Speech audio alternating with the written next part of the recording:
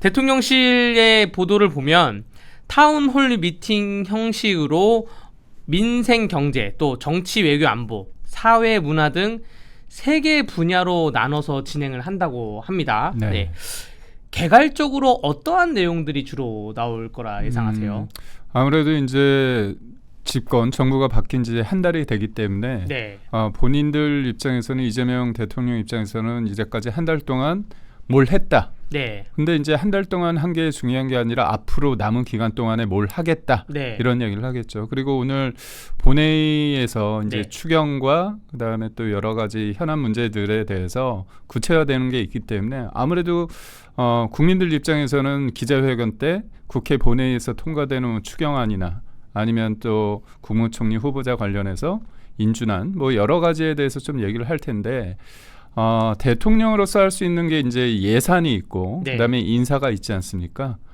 입법 권한은 이제 국회에 있지만 결국 사실상 여대 야소 국면에서 본인이 할 수 있는 거 본인이 방향을 정하면 민주당이 태클 거는 일은 없잖아요. 앞서가면 앞서가지. 그렇기 네. 때문에 여러 가지 이재명 대통령 입장에서는 본인의 어떤 방향성을 얘기했을 때 힘있게 갈 수 있다. 이런 얘기를 하겠죠.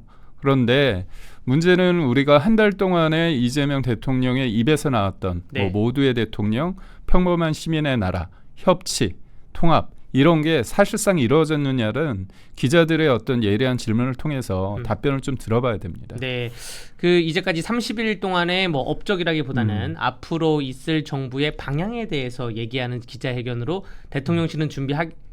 하지만 기자들의 어떠한 날카로운 질문이 필요하다. 우리 대변인님이 보시기에는 네. 기자분들이 특별히 이러한 질문은 꼭 좀 해야 된다라는 점이 뭐가 있을까요? 아무래도 이제 여대 야소 국면이지 않습니까? 그러니까 취임사를 한번 살펴보면서 네. 취임사에서 뱉었던 말이 과연 현실에서 그게 됐느냐. 예를 들어서 이제 모두의 대통령이라 했지만 네.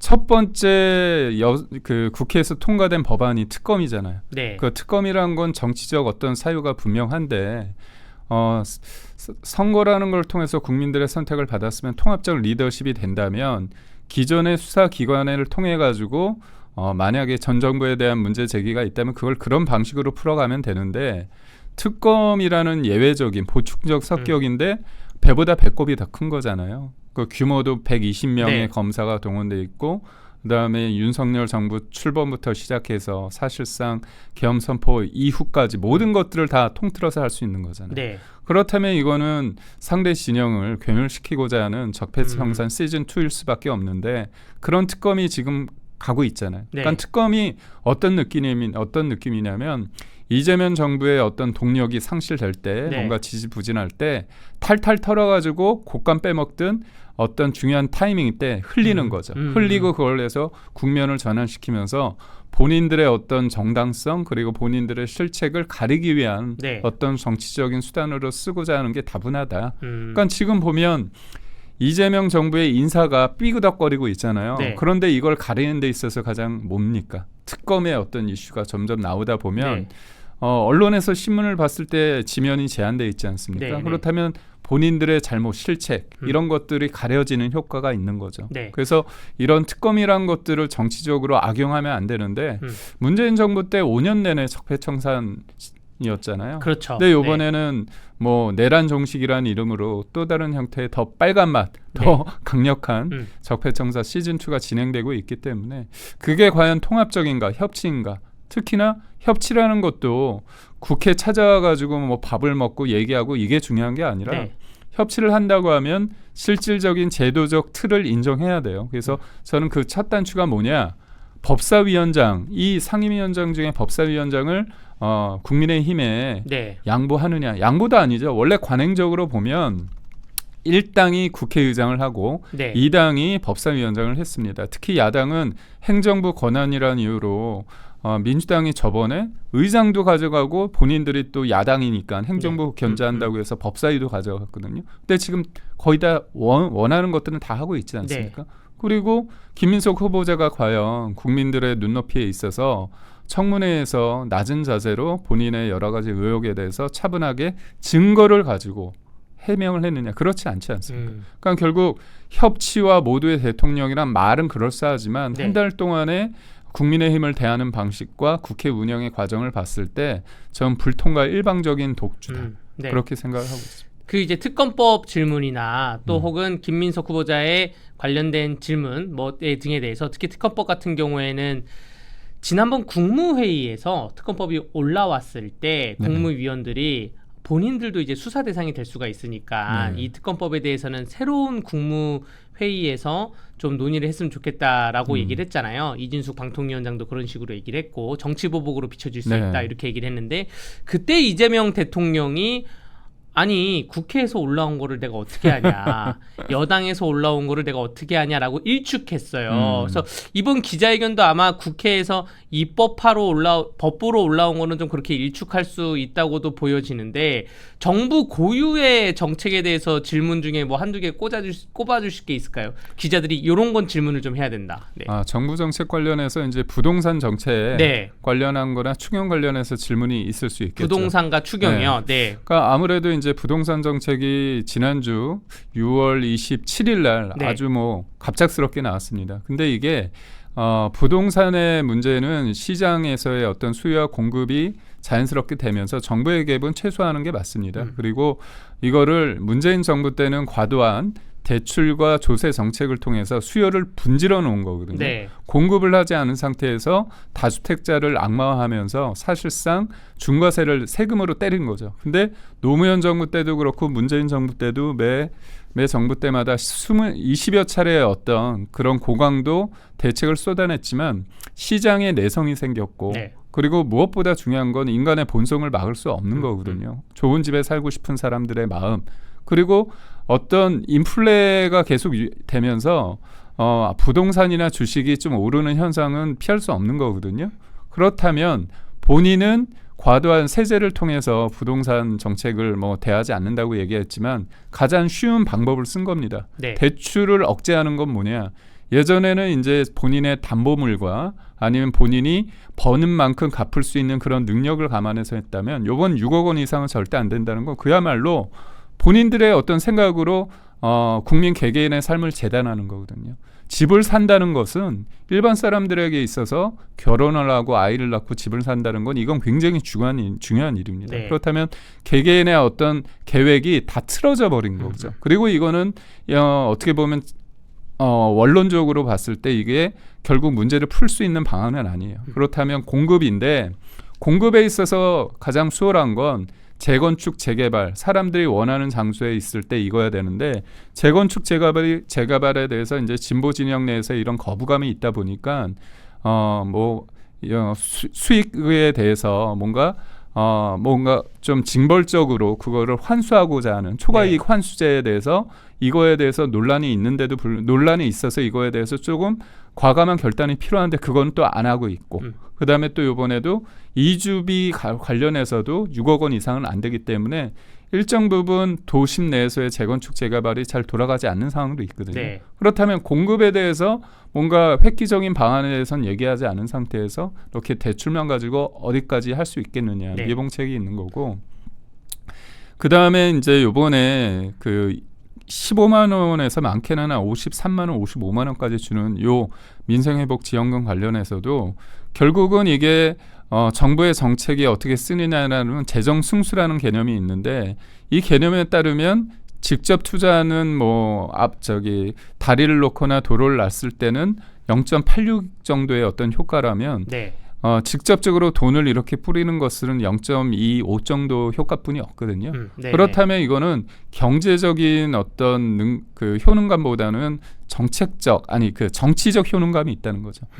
나를 뽑았으니까 당신들한테 돈을 꽂아주겠다. 네. 그러니까 이게 참 재미있는 게 뭐냐면 15만 원에서 55만 원 이렇게 차등 지급하는데 13조 원을 저희가 국채를 발행하게 되면 네. 1인당 44만 원인가 45만 원의 빚이 빚을 또 지는 생긴다. 거. 네. 그러니까 이게 얼마나 조삼모사예요. 네. 그러니까 예, 주담대와 그 추경안에 대한 또 민생 소비 쿠폰 발행에 대해서 질문이 좀 있어야 된다라고 말씀하셨습니다.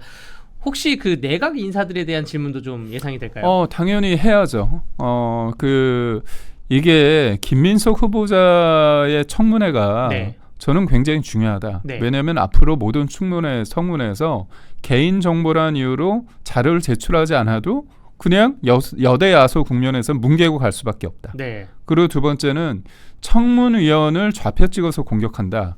그래서 청문위원을 청문회하는 어떻게 보면 황당한 일이 벌어지고 있다는 거죠. 그리고 거짓말을 하더라도 이거에 대해서 뭉개고 가면 언론도 마찬가지입니다. 자꾸 저 국민의힘에 뭔가 제대로 된 검증이 없다고 하지만 질문을 많이 했어요. 근데 네. 답변을 저렇게 제대로 그렇죠. 안 하고 자료도 안 내고 있는데 그거를 국민의힘과 여야를 동시에 양비론으로 언론에서 비판하는 건 저는 언론이 좀 무책임하다. 그래서 저는 국민의힘이 주진우 의원이나 김희정 의원이 제대로 짚었습니다. 그런데 답변을 안 하고 이게 좀 언론 지형도 그렇고 본인들이 힘이 세다 보니까 뭉개고 가는 거잖아요. 그러니까 저는 무엇보다도 김민석 후보자 관련해서는 본인이 증여세 관련해서 납부했다고 하는데 그 작은 그 증거조차도 안 내고 있고 네. 심지어 국민의힘에 대해서는 청문위원들이 둘째 날 오후에 참석하지 않았다. 그거는 하도 자료를 안 내니까 네. 압박하기 위해서 그랬는데 도리어 그거를 도망갔다는 프레임으로 얘기하고 있거든요. 아니 당당하면 지금이라도 증여세 국민의힘을 위해서가 아니라 네. 증여세를 냈다는 그 증거 그거를 국민들한테 밝히면 됩니다. 네. 오늘 그 기자회견을 위해서 이재명 대통령이 어제 하루 종일 시간을 비우고 뭐 이것저것 공부를 했다고 합니다. 예상 답변 질문을 가지고 공부를 했다고 하는데 이따가 10시에 있을 기자회견 어떻게 진행될지 뉴스캐비넷도 매일신문도 지켜보도록 하겠습니다. 김민석 후보자 얘기가 나왔으니까 하는 말인데 오늘 오후에 국회에서 본회의가 열립니다. 네. 김민석 국무총리 후보자 인준안에 대해서 민주당이 단독으로 처리할 것으로 예상이 되는데 국민의힘은 이에 대해서 11시에 의원총회가 있는 것으로 알고 있습니다. 어떤 형식으로 해서 이 인준안이 통과가 될까요? 국민의힘이 뭐 반대를 하면 어떠한 형식으로 반대를 할 것인지 다른 움직임이 있을 것인지 좀 이거는 국민의힘이 여러 가지 뭐 다양한 생각을 가진 분들이 있겠지만 김민석 후보자가 문제가 있고 국민 눈높이에 맞지 않다는 거 네. 이 자체에 대해서는 같은 목소리를 낼 것 같습니다. 그래서 당론으로 해서 표결 때 다 같이 나오거나 네. 아니면 뭐 표결을 하고 안 해서 나오지 않더라도 네. 투표 자체를 안 하거나 네. 아니면 투표를 하더라도 반대 의사를 뭐 보여주거나 그런데 이게 지금 107명 아닙니까? 네. 그리고 저는 궁금한 게 개혁신당의 네. 이준석 의원 같은 경우는 이 김민석 후보자가 납득이 되는 인사인지 네. 한번 그 개혁신당의 네. 의원들이 어떤 입장을 보일지도 좀 정말 궁금하긴 합니다. 사실 개혁신당 의원들이 인사청문회에 한 명도 들어가지 않았어요. 그 부분이 많은 국민들이 개혁신당의 의원들이 젊은 패기로 좀 인사청문회에서 싸워줬으면 하는 바람도 있는 것으로 제가 알고 있습니다. 그 오늘 본회의에서 또 얘기가 나올 것이 상법 개정안이거든요. 사실 국민의힘은 더불어민주당의 상법 개정안 주장에 대해서 많이 반대를 해오고 자본시장법 개정을 주로 주장을 하다가 최근에 입장을 좀 바뀐 기류입니다. 네.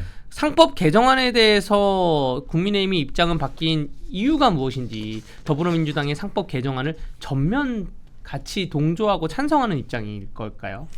그러니까 이게 정치라는 것은 최선을 다하지만 때로는 차선을 선택하고 차악을 막기 위해서 최악을 막기 위해서 차악을 선택해야 되는 게 또 현실이란 부분도 없지 않아 있는 것 같습니다. 네. 근데 저희가 지난해부터 아니면 뭐 재작년부터 이 상법 개정안의 움직임에 대해서 저희가 이사의 충실 의무를 기업이 아니라 주주로 확대했을 때 그 주주가 굉장히 다양한 생각을 할 수 있습니다. 근데 주주 입장에서는 아무래도 배당금이 빨리 나오고 그럼 좋잖아요. 네. 그런데 또 그 경영진 입장에서는 뭔가 이익이 있을 때 그걸 투자를 해야 되는 부분이 있습니다. 네. 근데 우리가 지금 주식을 하는 사람들 입장을 좀 선호할 것인가?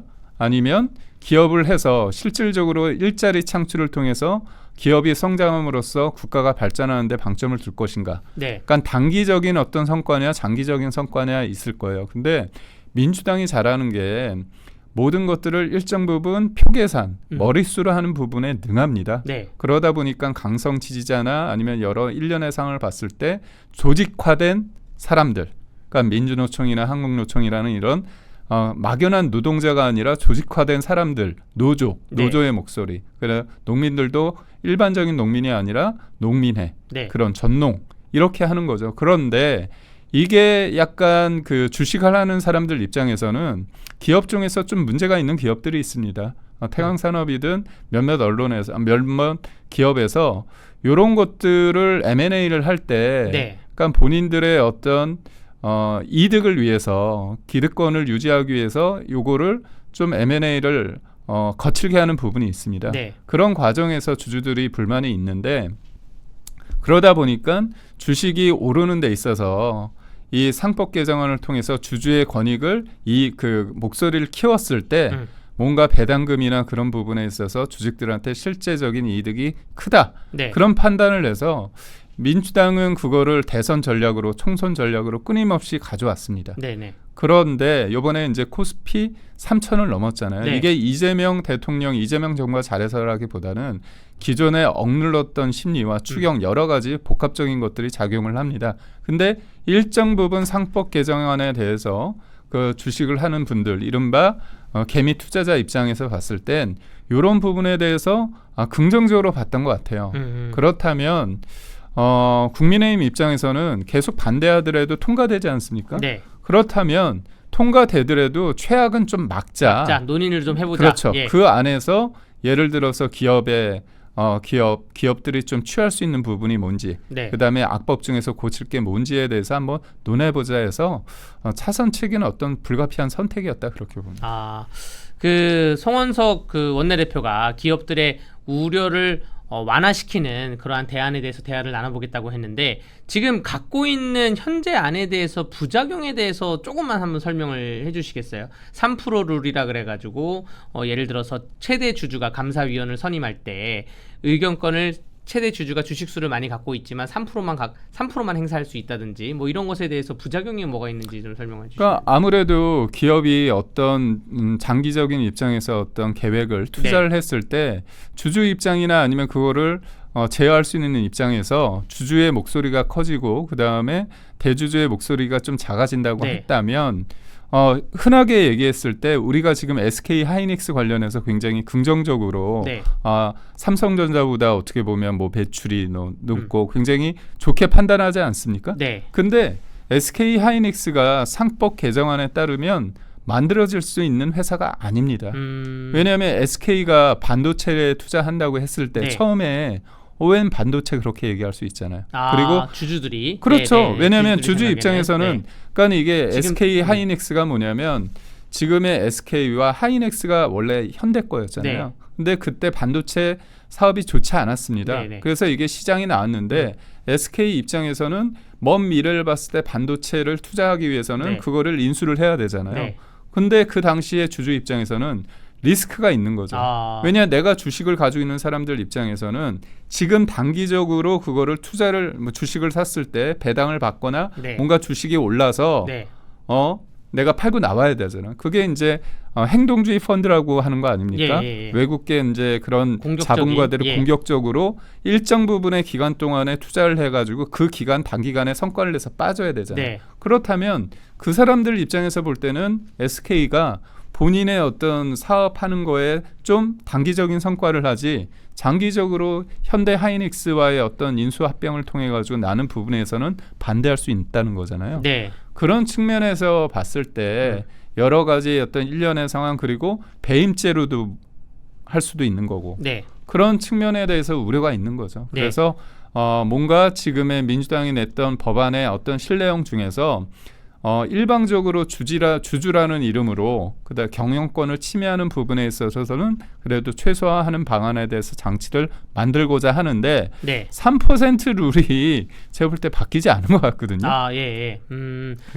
지금 많은 그 시청자분들이 국민의힘에서 전향적으로 동의를 해줬으면 거기에 대해서 정치는 뭐 있는 게 있으면 주는 것도 있는 것인데 무슨 딜을 한 것이냐라고 많이 의문을 합니다. 순서를 바꿔서 국민의힘 얘기를 그럼 먼저 해보자면 결국 송원석 원내대표, 송원석 그 지금 비대위원장에 대해서 리더십이 지금 그 리더십에 대해서 처음 행사할 수 있는 그러한 문제점에 봉착한 것 같아요. 오늘 의원총회가 상법 개정안 문제나 또 혹은 김민석 인사청문회에 대해서 이 인준안에 대해서 어떻게 해결할지가 문제가 될 것 같은데 어제 이제 안철수 의원을 혁신위원장으로 임명을 했습니다. 네. 60일 동안 활동할 계획인데 안철수 의원은 대선 백서를 만들자고 했고요.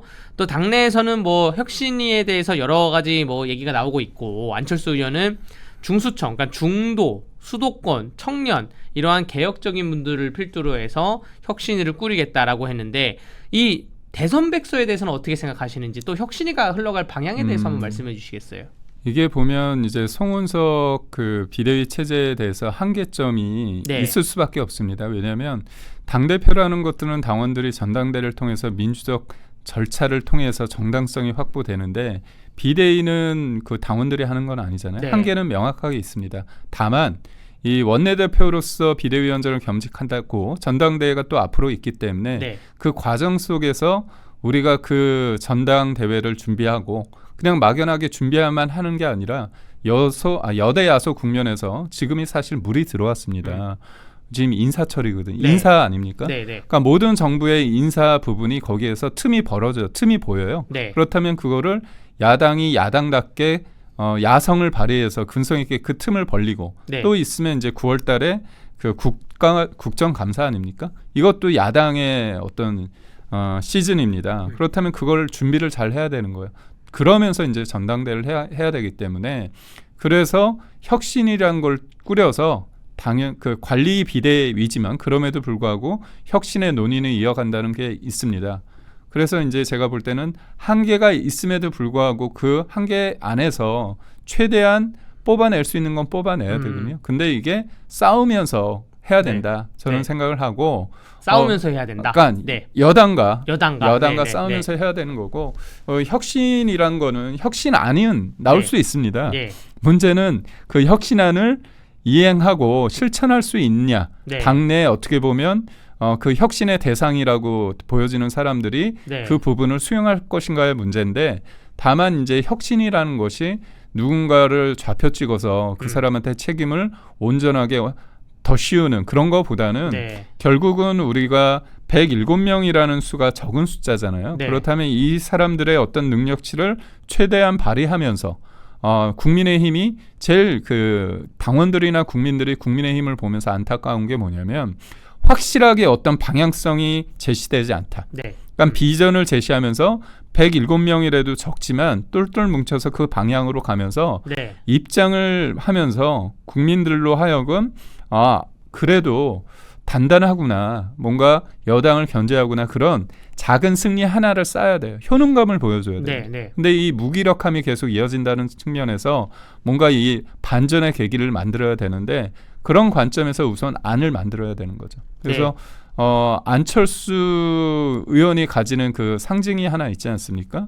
저번에 계엄과 탄핵에 있어서 기존의 이제 주류 세력과는 좀 분명히 다른 네. 입장을 댔기 때문에 그 다른 입장이라는 게 지금의 혁신이 상황 속에서는 말의 힘을 갖고 어떤 본인의 어떤 입장을 또 강력하게 추진할 수 있는 기제로서 작용을 할 수 있다고 봐요. 네. 다만 정치라는 것은 한 사람이 하는 게 아니라 같이 해야 되는 거기 때문에 얼마나 그 설득하는 과정 속에서 어떤 개개인에 대한 어떤 책임론이 아니라 실질적으로 체질 개선을 통해서 우리가 전당대회가 화합적 결합을 이룰 수 있을지 네. 그런 과정 속에서의 어떤 변화를 이끌어낸다고 보고 저는 다만 이게 좀 아쉬운 게 뭐냐면 우리가 그 작년에 전당대회가 있었습니다. 네, 네. 그리고 요번에 대선에 또 경선이 있었어요. 네.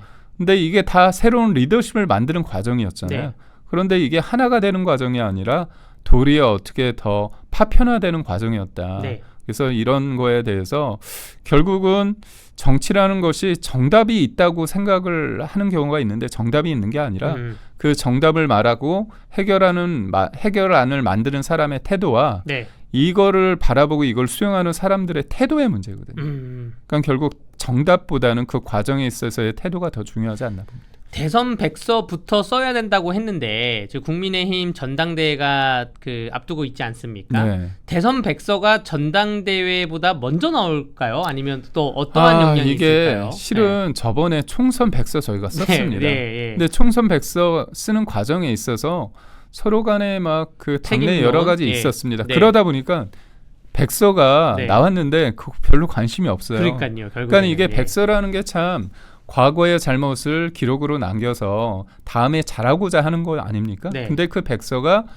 도리어 누구를 공격하기 위한 어떤 수단이 되면 안 돼요. 물론 지금의 이제 혁신위원장이 되는 안철수 의원께서 이 백서라는 게 누구를 타겟팅하기 위해서 그런 건 아니고 네. 뭔가 차분하게 한번 복귀할 건 복귀하자 그런 차원일 것 같습니다. 그래서 혁신위의 그 구성의 면면 네. 이게 또 중요할 것 같아요. 아,